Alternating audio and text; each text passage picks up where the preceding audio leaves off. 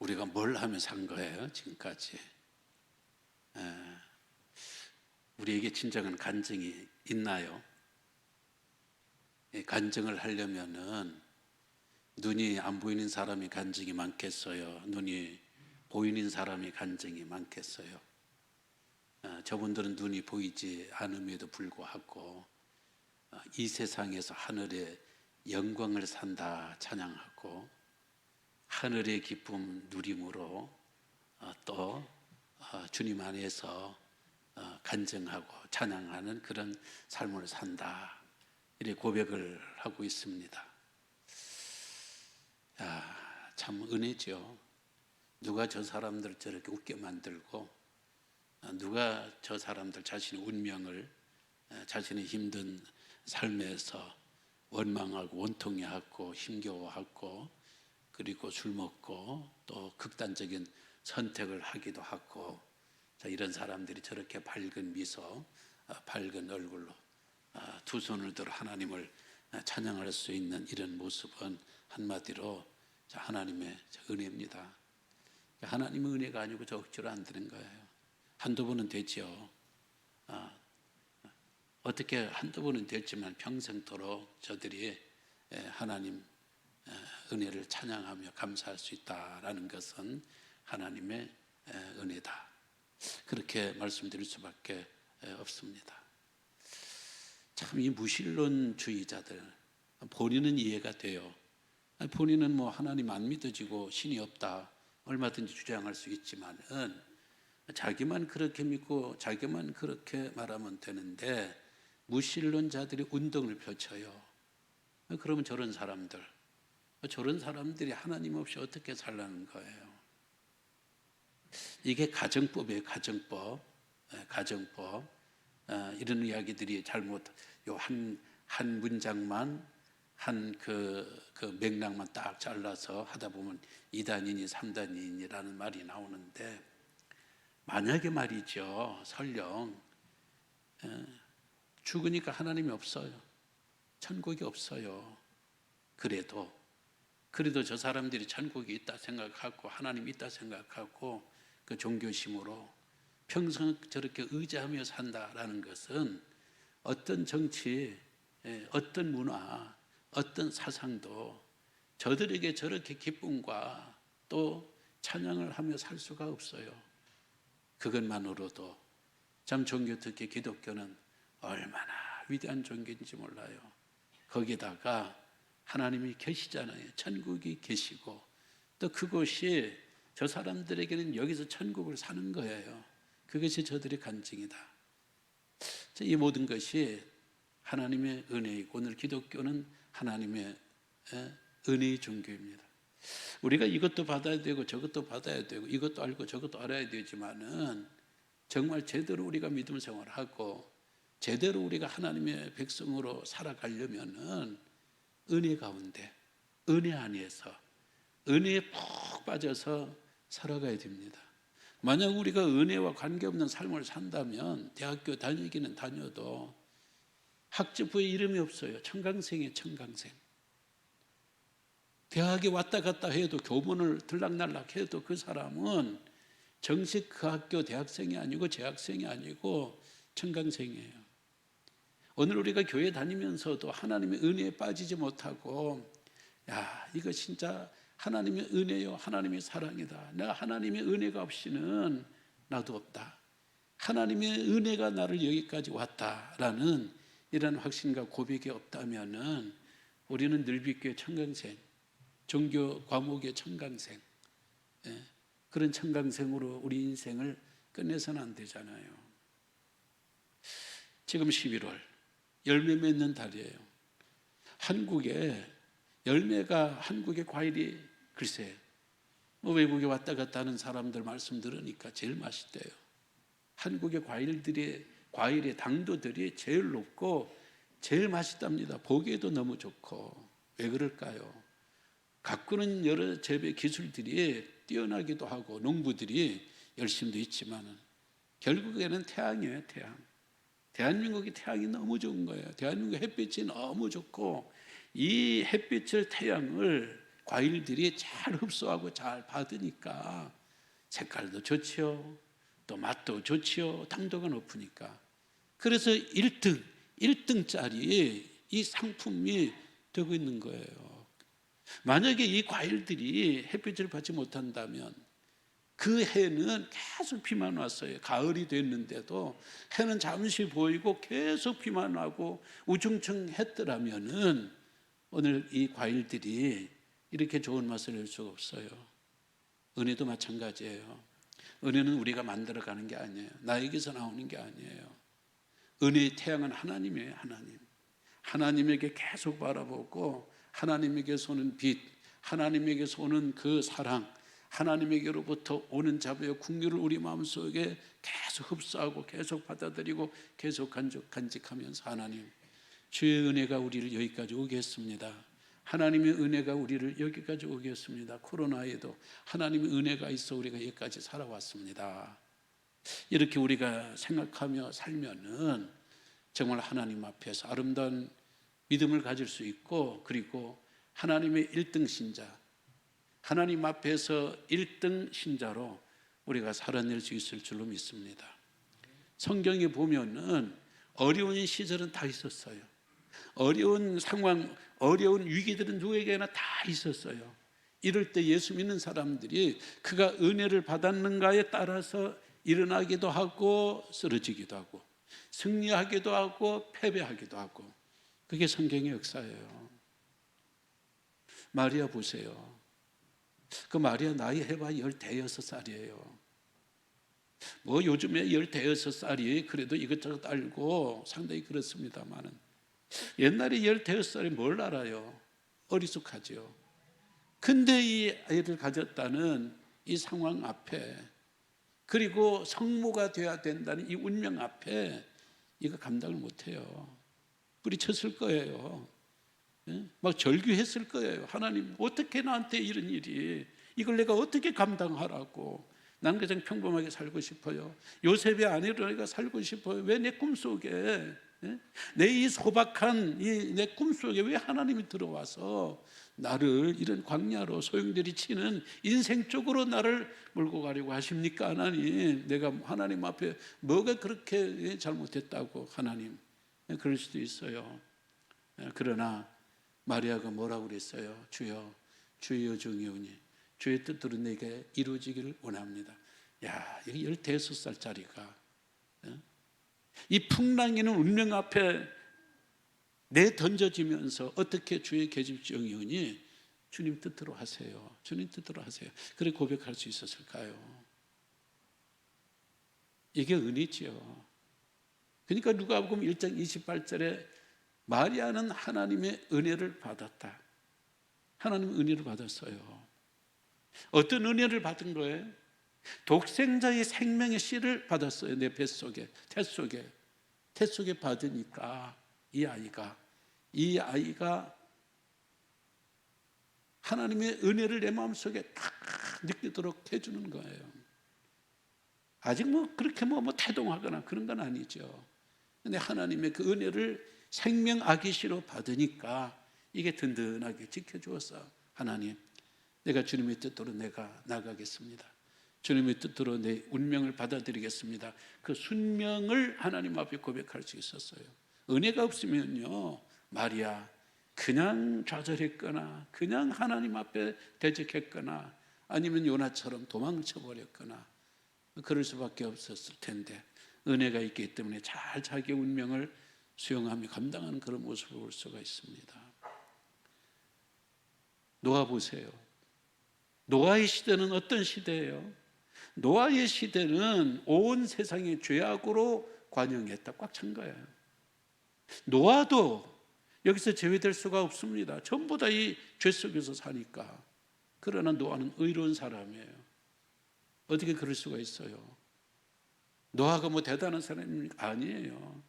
창세기 6장 8절은 노아는 하나님께 은혜를 입었더라. 마리아는 은혜를 받았는데 이 노아는 시대가 더 악하기 때문에 받은 정도 갖고는 안 돼요. 하나님께서 그에게 은혜 옷을 입혀버렸어요. 머리끝에서 발끝까지 무장을 시켜버렸어요. 이 코팅한 거죠. 하나님은 은혜로 코팅을 하니까 죄악의 암만 들어와도 안 들어와요. 노아 속에 안 들어와요. 응? 이 관영한 죄들이 노아에게 계속 접근하고 노아를 죄성으로 몰아가려고 하지만 하나님께서 코팅을 하나님의 의로, 하나님의 은혜로 코팅을 딱 해버리니까 들어올 수가 없어요. 그래서 노아가 견딘 거예요. 노아가 되면 특별한 사람 아니에요. 하나님의 은혜가 그에게 임하고 하나님의 은혜로 입었기 때문에 그는 하나님 앞에 자기 의를 지킬 수 있었고 결국에는 온 세상을 구원하는 사람으로 쓰임받을 수 있었습니다. 다니엘이 살던 시대도 만만치 않아요. 다니엘은 바빌론 포로 신세입니다. 국비 장학생이에요. 유대인 중에 똑똑한 아이들을 세워가지고 국비로 장학생으로 공부시켜서 이 아이들을 통해서 유대 정신을 완전히 죽여버리고 유대 사상을 이 아이들을 완전히 죽여버리고 그리고 영원히 유대 민족을 바빌론으로 속국으로 만들어 보려고 얼마나 야비한 거예요. 얼마나 야비한 거예요. 그러나 이 아이들은 감당했어요. 굴 속에 집어넣었지만은 사자굴 속에 집어넣었지만은 믿음을 포기하지 않았습니다. 하나님에 대한 믿음을 포기하지 않았어요. 굉장한 믿음 아니에요. 불 속에 집어넣었지만 새 친구들은 불 속에서도 우리가 여기서 죽을지라도 우리는 결코 다른 신을 섬기지 않겠다는 위대한 고백을 했어요. 이 아이들이 대단한 거예요? 이 청년들이 대단한 거예요? 아니에요. 하나님이 대단하신 거예요. 다니엘서 9장 23절에 보면 하나님께서 다니엘에게 큰 은총을 입었다 그랬어요. 내가 큰 은총을 입었다. 9장 23절에. 그것 정도는 안 돼요. 너무 시험이 무섭게. 10장 11절에 가면요. 큰 은총을 받은 사람 다니엘아. 큰 은총을 받았다고 그래요. 10장 19절에 보면 또 큰 은총을 받은 사람아. 이렇게 나와요. 3번. 계속해서 크게 은총을 받은 너 다니엘아. 큰 은총을 받은 사람 다니엘아. 큰 은총을 받은 사람아. 이렇게 나와요. 하나님의 은혜가 이 친구들을 그리고 이 다니엘을 하나님의 은혜로 꽉 찼어요. 이거는 어떤 식이냐? 결계란 말 들어보셨어요? 이게 중국 무협 드라마 보는 사람들은 이 결계라는 거를 볼 수 있어요. 결계는요, 무림 고수들이 이 앞에 유리창처럼 이 눈에 보이지 않는 어떤 그 보호막을 딱 쳐요. 보호막을 딱 쳐버리면은 어떤 칼로도 어떤 뭐로도 이걸 못 들어요. 보이지도 않아요. 장풍으로 던져도요, 이 장풍으로 던져도 결계가 든든하기 때문에요, 절대 이걸 깰 수가 없어요. 이게 결계예요. 하나님께서 은혜의 결계를 이 다니엘과 세 친구들에게 탁 쳐버린 거예요. 은혜의 결계를 딱 치니까 이 사자가 결계 때문에 못 들어오는 거예요. 다니엘을 삼키려고 그러는데 사람들이 눈에는 보이지 아니하지만 하나님의 그 경계막이 딱 있기 때문에 못 들어오는 거예요. 새 친구를 불 속에 집어넣었지만은 하나님께서 결계를 딱 쳐버렸기 때문에 불이 저들을 삼키질 못하는 거예요. 이게 하나님의 은혜예요. 이런 하나님의 은혜가 있어서 이렇게 새 친구들이 그리고 다니엘이 믿음을 끝까지 견지할 수 있었고, 이런 하나님의 은혜가 있었기 때문에 이 죄악된 세상에서 노아는 자기의 믿음을 지키면서 의인이라는 칭호를 받게 되었고, 이러한 하나님의 은혜가 있었기 때문에 마리아는 참 내가 죽을 때 죽더라도 난 주님의 뜻에 순종하겠습니다. 주님, 주의 계집종이 내 인생 가운데 주의 뜻대로 나를 사용해 주소서. 이런 엄청난 고백, 이런 대단한 고백을 이 아가씨가 할 수 있는 거죠. 하나님 은혜였어요. 오늘 우리는 아닌가요? 살아온 날들 하나하나 되돌아보니 참 은혜예요, 은혜. 나이가 들어서 그런가 앞날에 대한 것보다 자꾸 뒤를 돌아보게 돼요. 자꾸 뒤를 돌아보면서, 뒤를 돌아본다라는 이야기는 이미 나이가 들었다는 이야기예요. 뭐 청년들이, 청소년들이 뒤를 보겠어요?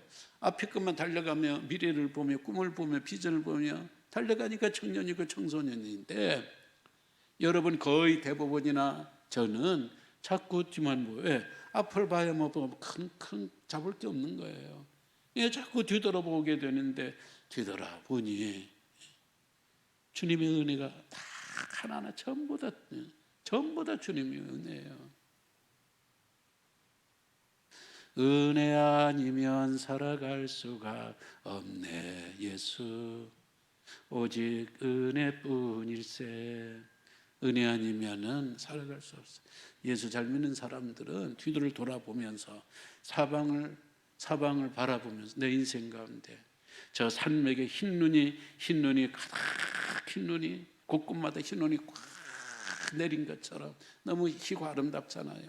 하나님의 은혜가 내 과거 속에, 내 인생 속에 이렇게 흰 눈처럼 다 내린 것을 보면서 아까 저분들이 찬양했던 것처럼 이것은 나의 간증이요 이것은 나의 찬성이라.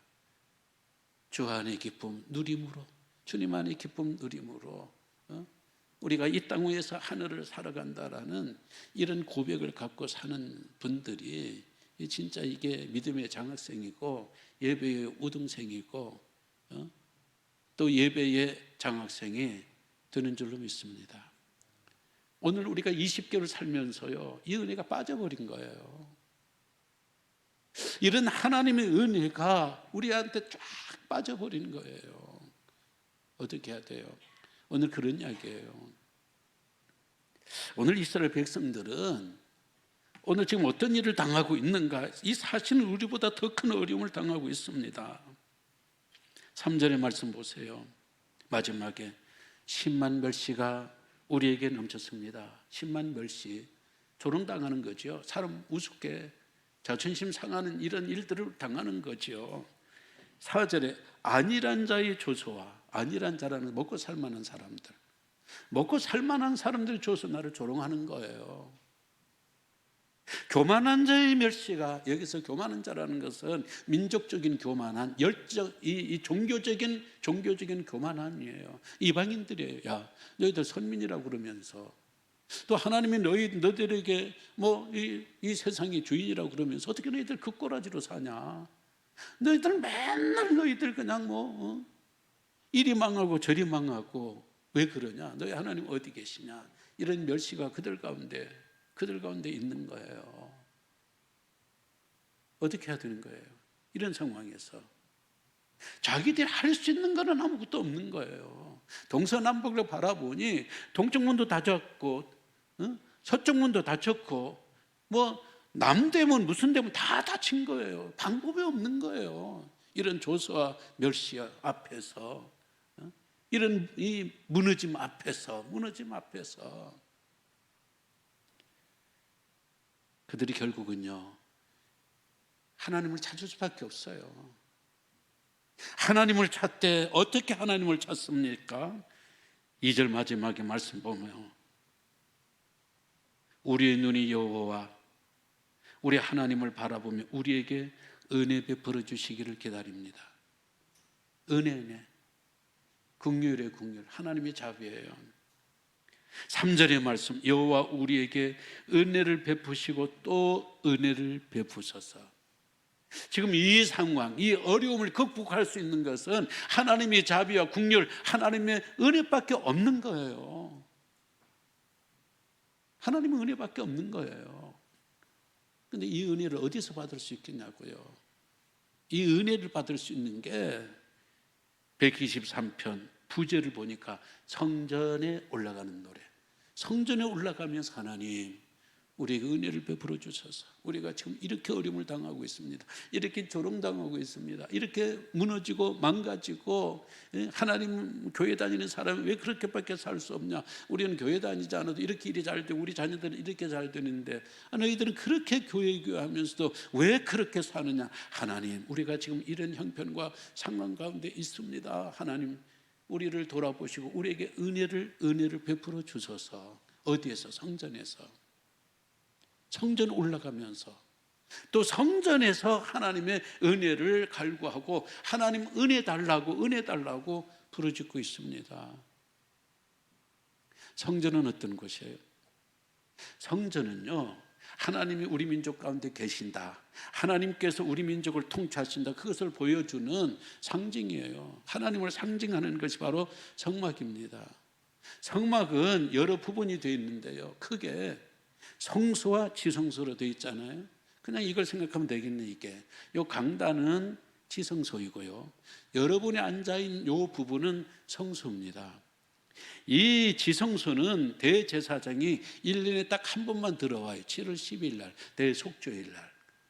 이 성전에는 뭐가 있는가 하면 법궤가 있어요. 법궤가 있고, 법궤를 위해서 감싸고 있는 그룹들이, 천사가 서로 마주보는 속죄소라는 게 속죄소. 이 속죄소는 뭐냐? 죄를 속함받을 수 있는 곳이라는 거예요. 그리고 이 속죄소를 시은좌라고 그래요. 시은좌, 하나님께서 은혜를 베풀어 주시는 것. 그러니까 하나님의 은혜로 1년 동안에 모든 죄가 도매금으로 그냥 순간적으로 도말하는 거예요. 순간적으로 삭제되는 거예요. 1년간의 죄를 삭제하겠습니까? 예. 딱 누르니까 순간적으로 쫙 삭제되는 거예요. 여기서 바로 이거예요. 하나님, 이 시은좌에서, 시은소에서 우리에게 은혜를 베풀어 주셔서 우리의 죄를 죄어 도말하여 주셔서, 하나님 우리를 긍휼히 불쌍히 해 주셔서, 우리의 죄 때문입니다. 우리 죄 때문에 오늘 우리가 이런 지경에, 이런 상황 가운데 놓여 있으니까 하나님 우리를 긍휼히 불쌍히 해 주시고, 이 대제사장님 우리를 대신하여 이 속죄소에서 하나님 앞에 기도할 적에 그 기도를 들으시고 우리의 죄를 사해 주시고 은혜를 베풀어 주셔서 이 상황, 이런 그 어려움 가운데 하나님, 이 멸시 가운데, 조소 가운데서 하나님 우리가 헤어나게 하소서. 하나님의 은혜를 구하고 있는 거예요. 우리가 집에서 잘한다고 하더라도요, 우리 한국 신자들은 이게 훈련이 안 됐어요. 우리는 예배당 중심, 교회 중심이 그런 믿음으로 살아왔기 때문에 집에서 기도됩니까? 안 돼요. 집에서 신앙생활 제대로 됩니까? 안 돼요. 집에서 영상으로 예배 드린다고 해서 그 예배가 교회에서 드리는 것만큼 이렇게 진지하게, 이렇게 경건하게, 이렇게 하나님의 은혜가 임하는 것과 같은 이런 감동과 그런 마음속에 이런 것들이 집에서 있더냐 그 말이죠. 안 되는 거예요. 물론 천에 하나 만에 하나 그런 훈련된 사람들은 예배당에 나오든지 집에서 예배드리든지 하나님과 바른 교제를 통하여 그렇게 사는 사람이 있지만은, 한국교 교인들은 생활 기독교가 안 됐고 생활 예배가 이게 훈련이 안 된 상황에서는요 안 돼요. 점점 은혜가 말라버리는데 우리가 어디서 은혜를 받아야 돼요? 성전이에요, 성전.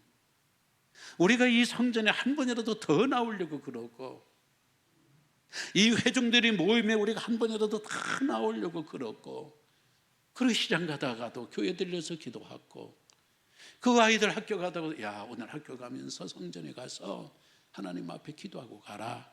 올 적에도 성전 들려서 하나님 앞에 기도하고 가라. 이런 성전 중심이 살아가는 사람하고 성전하고 관계없이 살아가는 이러한 사람들하고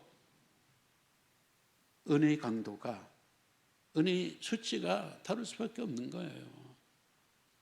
이번 기회에 참 성전이라는 곳이 그냥 우리가 갔다 하는 것이 아니고 좀 은혜 받고 가야 되는 거죠. 은혜가 넘치는 곳, 은혜를 받을 수 있는 곳.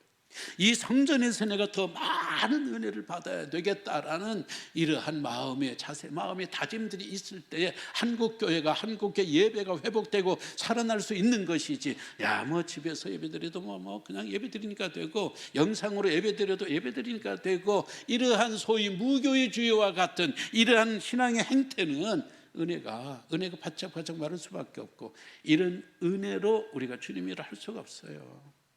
자칫 믿음의 청강생이 될 수밖에 없다는 사실들을 이번 이 코로나 기간을 통해 하나님께 뼈아픈 교훈을 우리들에게 주신 거예요. 은혜는 물과 같아요.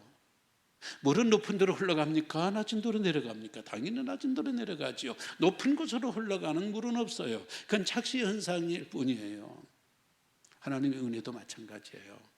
하나님의 은혜도 항상 낮은 자의 자세, 항상 겸손한 자. 은혜가 없으면 난 살 수가 없습니다. 오늘이라도 하나님께서 나에게 은혜를 빼버리시면은 나는 아무것도 아닙니다. 나의 나된 것은 오직 하나님의 은혜니, 오늘도 은혜 안에 내가 거하게 하시고 은혜 안에서 살게 하시고 은혜가 내 속에서 풍성하게 하소서. 하나님, 나는 아무것도 아닙니다. 늘 하나님 앞에 마리아가 고백했던 것처럼 주여, 주의 여종이오니, 그와 같은 낮은 신문으로 하나님 앞에 겸손한 자세를 우리가 가질 때 하나님의 은혜가 겸손한 우리들에게 흘러내리게 될 줄로 믿습니다. 오늘도 여기 말씀 보세요. 이 사람들이 뭐라고 고백합니까? 2절의 말씀, 우리는 누굽니까? 나는 누굽니까? 상전의 손을 바라보는 종들입니다. 우리가 상전의 눈을 바라보는 종들입니다. 손을 바라보는 종들입니다. 여주인의 그 자비와 국률과 여주인의 그 은혜를 우리가 기대하는, 우리는 여종입니다. 우리 그런 신세입니다. 종이라는 게 뭐예요? 종은요, 권리가 하나도 없어요. 인권자가 하나도 없어요. 생사 여탈권이 주인에게 있고 여주인에게 있습니다. 모든 것들이 주인이 손에 의하여서 여주인의 그 시선 하나에 모든 게 끝나는 거예요. 그러니까 여종과 이 종은 주인의 자비를 구할 수밖에 없어요. 주님의 은혜를 떠나가서는 아무것도 없는 거예요. 주님의 은혜 밖으로 떠나가서는 아무것도 없는 거예요. 그러니까 하나님 앞에 그런 식의 하나님, 여종이 여주인이 시선만 바라보듯이, 처분만 바라보듯이, 종이 주인의 그 손만 바라보듯이 우리는 하나님만 바라봅니다. 이 성전에서 하나님, 우리에게 은혜를 베풀어 주셔서 우리 회복되게 하소서. 우리가 지금 멸시당하고 조소당하고 우리 상황이 완전히 무너져 버리고 어쩔 바를 모르겠습니다. 하나님 도와주세요. 하나님 도와주세요. 주인님 도와주세요. 여주인님 도와주세요. 우리 아이가 죽게 되었습니다. 우리 가정이 이렇게 죽게 되었습니다. 주인님 도와주세요. 주님 은혜를 베풀어 주세요. 그런 심정으로, 낮아진 심정으로 오늘 이 하나님 앞에 이렇게 구하는 모습. 모든 성경의 사람들은 낮은 자의 자세로 있을 적에 하나님의 은혜가 그들 가운데 거했어요. 그들 가운데 거했습니다. 이사야 뭐라고 그랬어요? 계속 비판하고 계속 공격할 적에 하나님의 은혜가 임하지를 않았어요. 성전에서 하나님을 바라볼 적에 이사야가 뭐라고 그럽니까? 화로다 나여 망하게 되었도다. 나도 부정한 자가 되고 나도 죄 지은 자가 되었으면서도 내가 남을 비판하고 남의 죄만 봤다는 겁니다. 하나님, 내가 죄인입니다. 그럴 적에 하나님의 은혜가 임하고 그 후부터 그는 훌륭한 사역자로 나갈 수 있었어요. 예레미야 같은 사람 보세요. 나는 하나님 앞에 어린아이와 같습니다.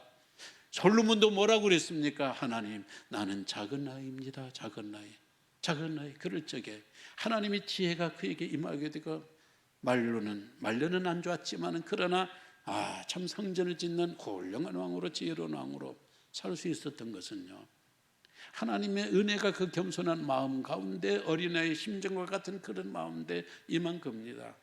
바리새인들, 사두개인들 그 똑똑하잖아요. 성경을 잘 알잖아요. 율법을 잘 지켰잖아요. 그러나 임하지 않았어요. 왜? 율법이 모자라서? 믿음이 모자라서? 종교심이 모자라서? 성전에 대한 열심이 모자라서? 아니요, 딱 하는 거지. 겸손하지 못해서.